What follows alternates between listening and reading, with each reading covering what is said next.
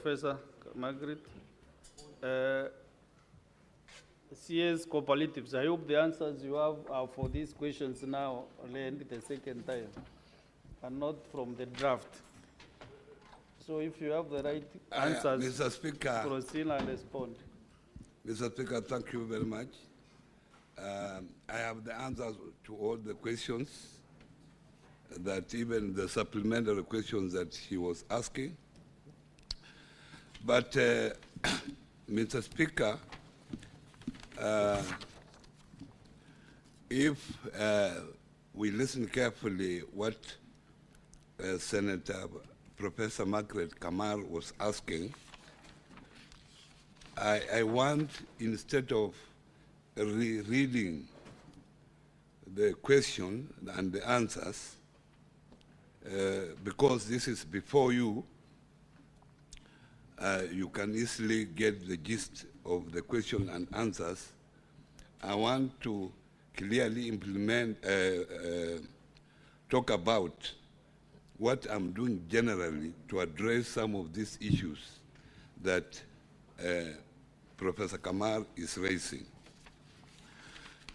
There are 3 or 4 issues that, Mr. Speaker, the professor has raised. She has raised the issue of... Honorable CS, is it possible to handle them as they are content?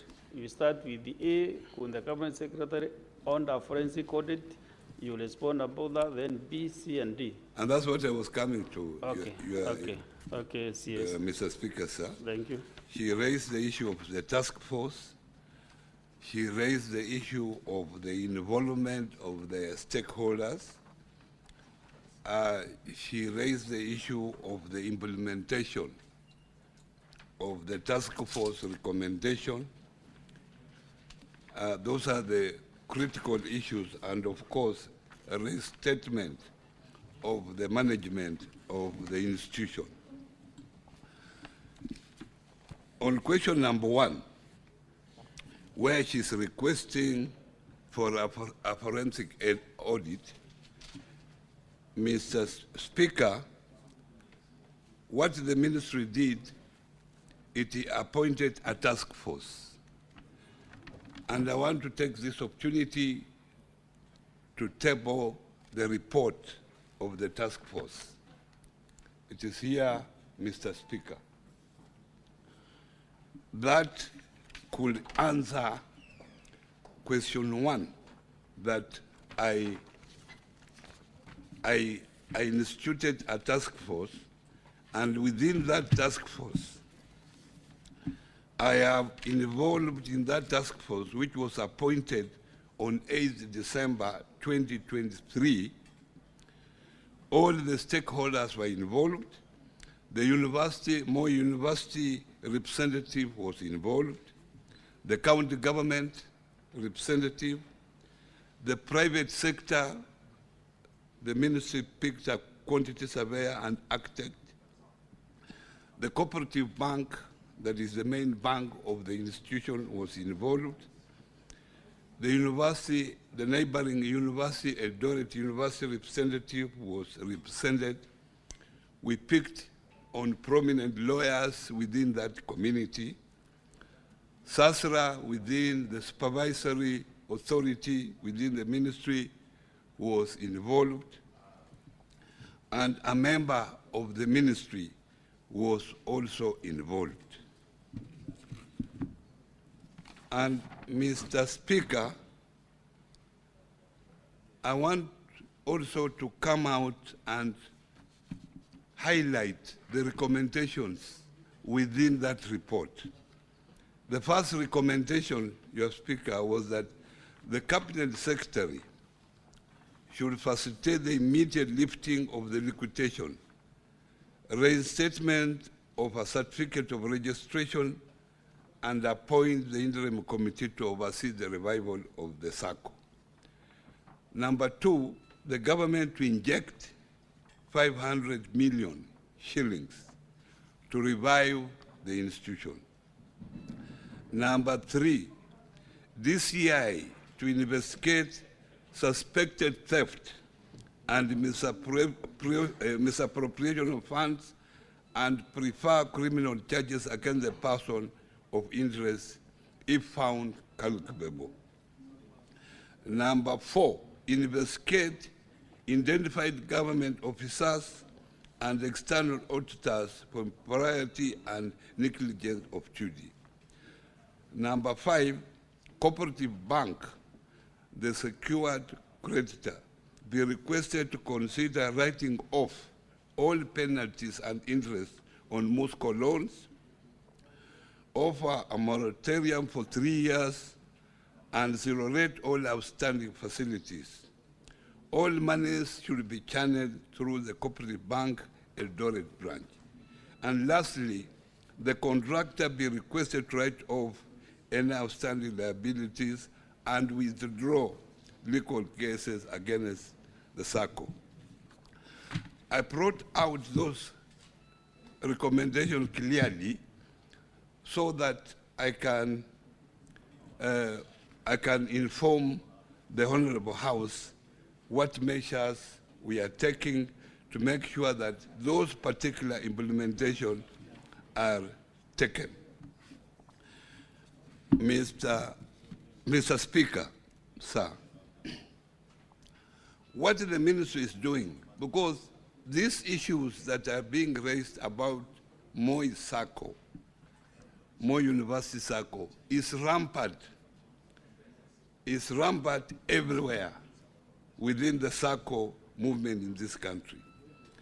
And what the ministry is doing to address these issues once for all, one, is that in this particular house, the ministry has introduced the cooperative bill that is before you. And this cooperative bill is supposed to address some of the governance issues that arose in the Moi SACCO. The second one that the ministry is doing is to review the SACCO Act, and the ministry has appointed a committee of experts to look at the entire SACCO Act of 2008 so that the weak links within that act are really addressed, especially making SASRA, the supervisory authority, to be a strong institution, because this particular institution, Mr. Speaker, lacks capacity. So we need to build capacity in that institution so that it is able to supervise all the SACCOs.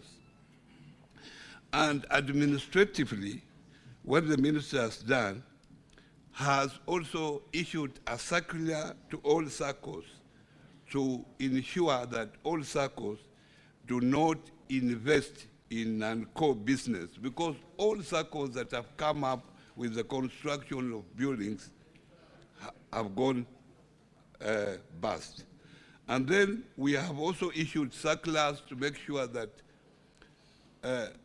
any borrowing must be approved by the Commission of Cooperatives, and then also issued a circular that returns, all SACCOs must make returns to ensure that they are audited every year. And lastly, we have improved oversight by making sure that members work within delegate systems so that there are fewer people during the AGM so that they are able to transact their businesses. For example, if a SACCO has 20,000 people, it is impossible to have 20,000 transacting an AGM. But specifically what I have done for Moi University is that, one, I have removed the liquidator who was there. We have temporarily appointed a new liquidator who will work closely with also a counter liquidator appointed by the county government. Before the end of this month, I'm going to meet all stakeholders of the SACCO to make sure that we come up with a revival strategy. So, Mr. Speaker, that's what I have done. Senator Professor Margaret Kamar, you have two supplementary questions to ask. Thank you, Mr. Speaker. I will start with the last one on the liquidator. In the response, the CS has said that he has appointed a new liquidator. The current cooperative legal framework states that you can then appeal after that within 30 days. I am aware that actually this cooperative appealed at that time but was not responded to. So is the CS giving room for the cooperative to then use this room for with the new liquidator to appeal reinstatement? That is one. The second question was has to do with what could have been my supplement. Yes, the members who have been affected by liquidation. We have the deceased members, we have widows, we have orphans, we have people who have lost a lot. How are those going to be addressed? Are they going to be addressed at this stage or later? Because we are liquidating also a cooperative that has a lot of assets that have not been accounted for. Some within the university, some outside the university, some plots that have not been sold. Can the minister tell us how he's going to approach the issue of the deceased and their families? That's my second question. Thank you. Waziri. Mr. Speaker, there is a window of appeal of 30 days to the Cabinet Secretary. Unfortunately, there was no appeal when the liquidator was appointed. And if there is no appeal, then it means that the appointment proceeds.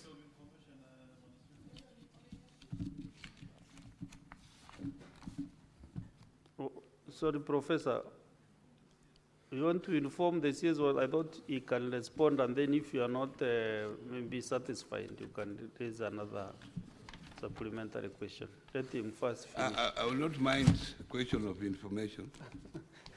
I will not mind. Now, first finish with what you have.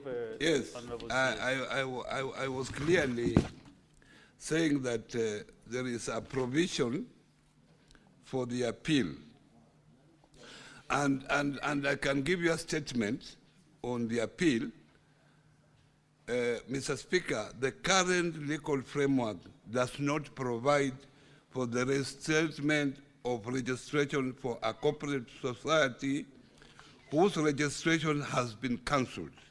Rather, it permits an appeal against the cancellation order issued by the Commissioner to be lodged with the Cabinet Secretary within 30 days, with a further right to appeal to the High Court. Where no appeal is filed within the stipulated period, the liquidation process proceeds in accordance with the law. It is further noted that the Insolvent Act does not provide for reinstatement of a certificate of registration once cancelled. This position is consistent with international best practices, which generally does not provide for reinstatement under such circumstances. So I wanted clearly, because I was expecting that supplementary question, so I was prepared. Secondly, I have clearly stated that we are going to meet the stakeholders before the end of this month. And within those stakeholders, we are going to come up with a revival plan. Within that revival plan, we are going to address the issues that Honourable Member has raised. how would we compensate? There is a building already, a very big building worth millions of shillings. Maybe one of the revival plan is to dispose of that particular building so that we are able to compensate the affected members, as pointed out by the member.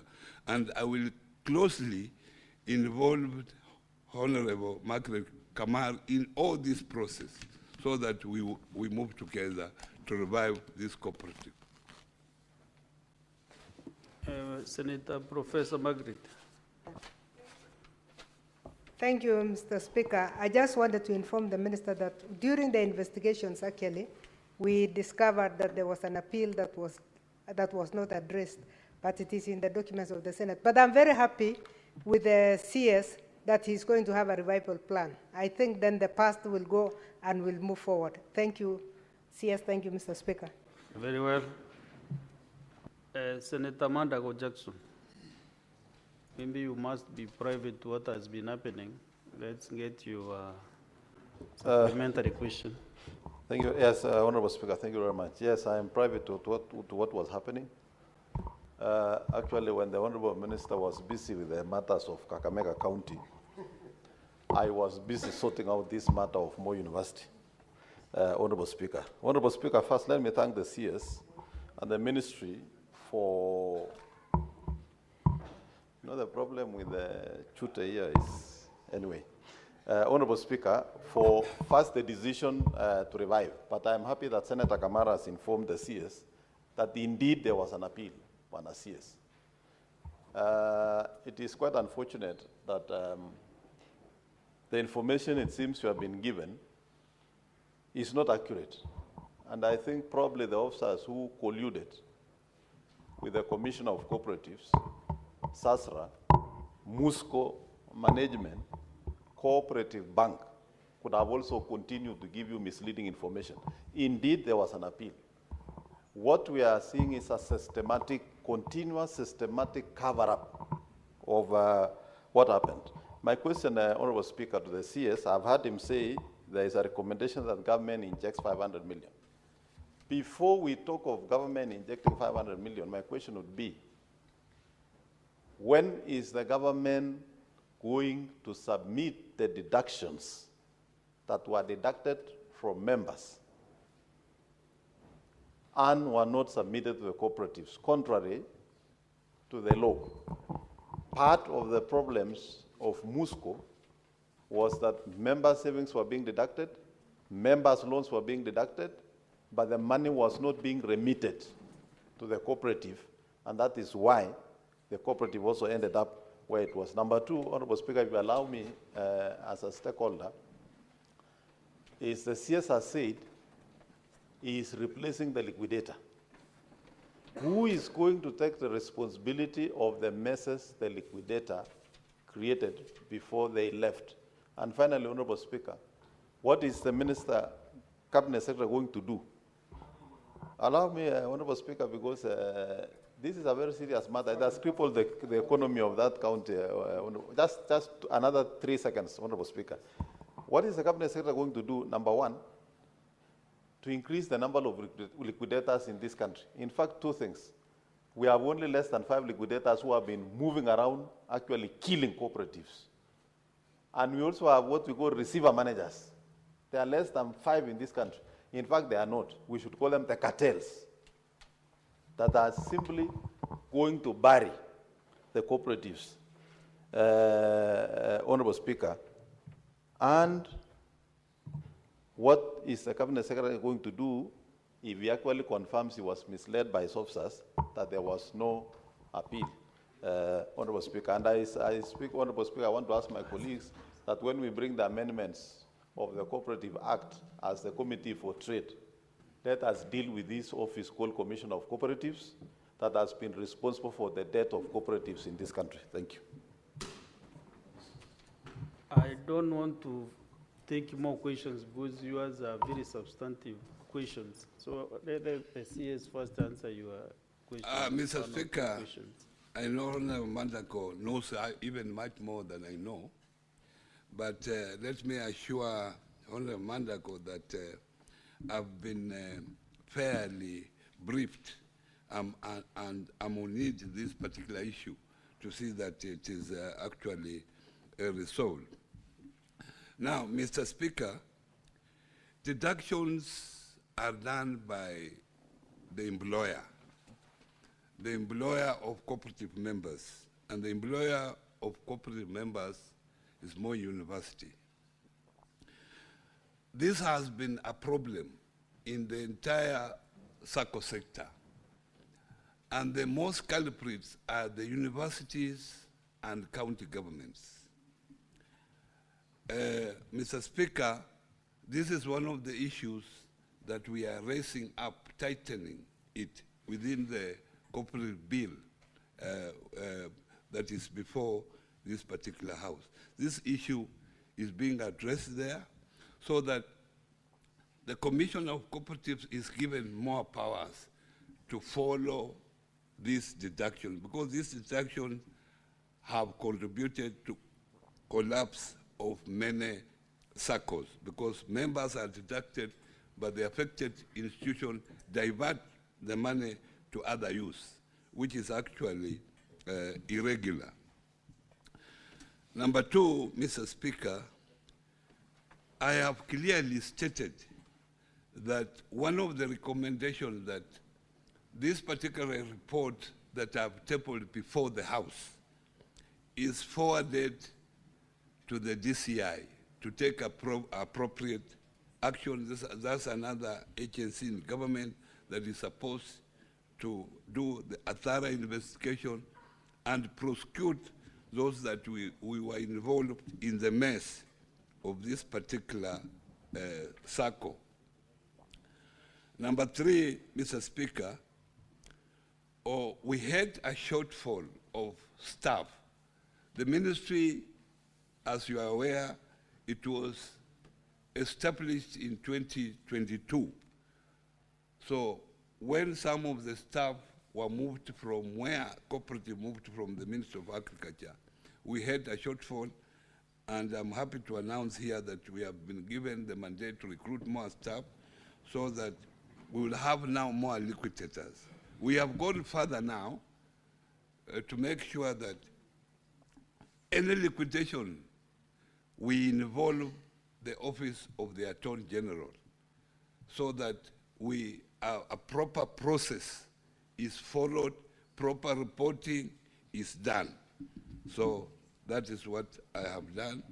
For the appeal, if the appeal was there, unfortunately, I was not in the office that time, and I can't pass the blame to whoever was in the office, but I take the responsibility that I will check if there was an appeal, and I will want to apologize if that appeal was not effected or was not addressed.